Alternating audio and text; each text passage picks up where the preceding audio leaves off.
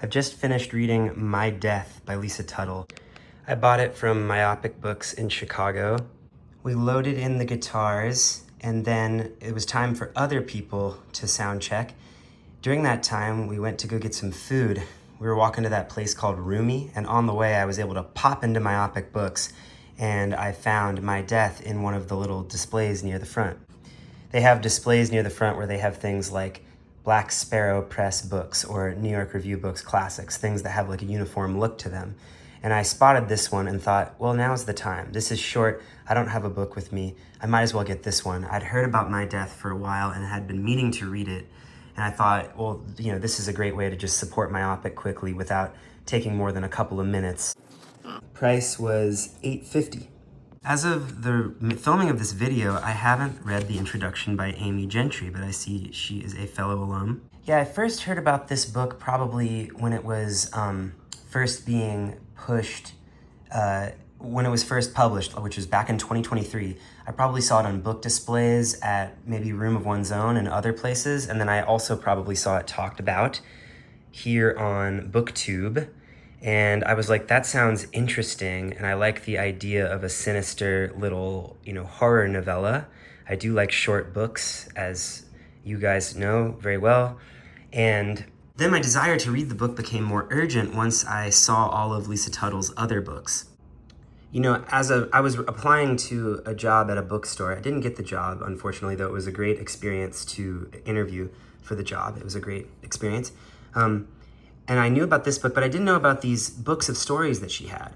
There's this series, Paperbacks from Hell, and I saw this volume at Watertown, at a bookstore in Watertown called Literatus and Company. The reason I bring up applying for the job is that I was trying to, I was looking at a genre shelf that I don't think I would have necessarily lingered on had I not been sort of trying to take stock of my engagements with all genres over the years in advance of talking to the good people at the bookstore about the prospective job. And I didn't know about this Windhaven till I opened up the book and looked at this little biographical bit. But I have since put it on hold here. It's interesting that they put the author here as just George R.R. Martin when it should be George R.R. Martin and Lisa Tuttle, right? But I've got it on hold. From Literatus, I bought my second Mad Libs book that day. I got this Taylor Swift Mad Lib because looking through it, it seemed like it had cool opportunities in there. A lot of times with Mad Libs, you think that they're going to be about like a funny topic and that they'll just be funny as is, but you really should peek in and just make sure that conditions are looking right. You need a kind of variety of general of setting for the words that you choose. You need just a weird slant. It'd be nice if you have like a strange slant, like this is a Taylor Swift theme, but if that's kind of absent or like kind of filtered out of the Mad Libs themselves, so you get the absurdity of of a Taylor Swiftian situation without too many explicit references to Taylor Swift that could conflict with the comedy you're trying to create with the Mad Libs words you use. Anyway, Literatus is a good place to get Mad Libs. I like getting them and doing them in the car. But anytime you see an author show up in one of these presses like NYRB, and then you see them also published in like mass market form elsewhere, like in a kind of a genre looking like mass market, it's just a good sign. It means that their stuff is probably good, probably definitely good. I mean, NYRB itself is already a mark of quality, but to have the NYRB genre crossover. Like a less good example for this is like the Songlines by Bruce Chatwin. I saw it in a little free library and I knew, oh my gosh, I saw this in a Penguin Classic. And then that kind of seeing it in its other form made the classics, the classicness shine, and also kind of made me urgently want to purchase it. Seeing something in a classic form, these reprints forms, and then also seeing it in its non-reprint form changes the way you look at the object, which is a great way of transitioning into the content of My Death. One of the things that they talk about in an early conversation, in an early important conversation in this book, conversation between author and editor, is how reprints get made. They're photo offset from other editions, a process that destroys the original book. I thought that had a kind of resonance with the events of the book. I didn't end up underlining very much while reading. I underlined, a few things that just seemed poetic at the start. I think I underlined that. And then this phrase, disturbingly deep set. Side note about the physical presentation of this book. 2 side notes about the physical presentation of this book. When I first got it and ran away with it from the store, I thought that this stuff at the bottom of the cover was something that the previous owner had spilled on it, and that I had just like overlooked that by going in and just grabbing the book so quickly. But it's not. It's in the art. And then the second side note is that it was one of those books where you can see there's like a roundedness to the spine. I always find that kind of interesting when that happens, and I kind of like it.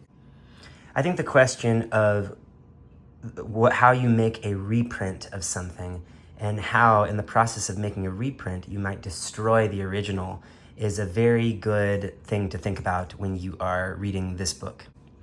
Now, I've just completed a first read, so I don't understand everything. I'm sure that many people who have read the book twice have found so many more things to love, but they don't really quite. This sounds a little easy or something, but it's like kind of like Mulholland Drive or something. Actually, Mulholland Drive might be a better comparison than I at first thought, because you know how in Mulholland Drive there's this feeling of to get at the significance of a doubling, you kind of have to venture toward a singularity where strange things may happen. And that's all I'll say. I remember early on in reading, I thought, wow, this is going to be the next great, New York Review Books classic novella that I see. It's going to be up there on the podium in the #1 spot. It's Arm Around Chess Story by Stefan Zweig. It's Arm Around the Waist of Chess Story. I really loved the book, and I loved the kind of hybrid form that it has. I think that one thing that people think when they're editing these NYRB backlists is they probably think, is there a readership now that could plug right into this book, that this book could plug into? And I think that there are many readerships that this My Death can plug into. And I think that even the autofiction enjoyers, such as myself, can look at it and it's immediately appealing in that way.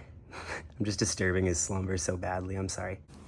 I often lecture my cat about terms like autofiction and lit slop. But just mentioning the Borgesian quality of the book, the hybrid form nature of it, I really, really like. I feel like a lot of people talk about making a novel that doesn't seem like a novel, or making a novel that feels like a review of a novel that doesn't really exist, which also kind of pertains to the content of this book a lot. I really don't want to give too much away about this because I want the suspense to really, I want you to feel the kind of the chills I felt while reading this book. And a lot of people talk about having these hybrid forms, but then it takes, what does it take is our question to make it come off. I think that reading books like these can give you can be the blueprint for how to do that. In fact, the phrase "the rings of Saturn" shows up in the book right here, the title. A few familiar spines caught my attention immediately. Nightwood, the rings of Saturn, hallucinating Foucault, possession, all dear friends which I had at home. I think this book mentions possession, or maybe reviews of this book mention possession, and it's made me want to read Possession all the more. It's a book that you see all around, and I think there's a commitment to the bit that you have to achieve, that this book certainly achieves handily, to really meld everything in the service of the story, or the myth is a term that I think characters in this book would prefer that I use.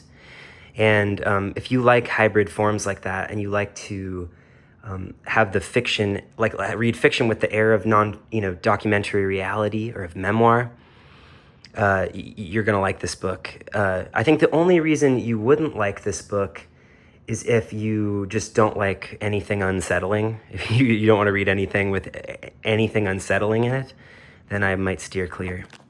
But that exhausts a bunch of initial impressions that I had about this book, My Death, by Lisa Tuttle.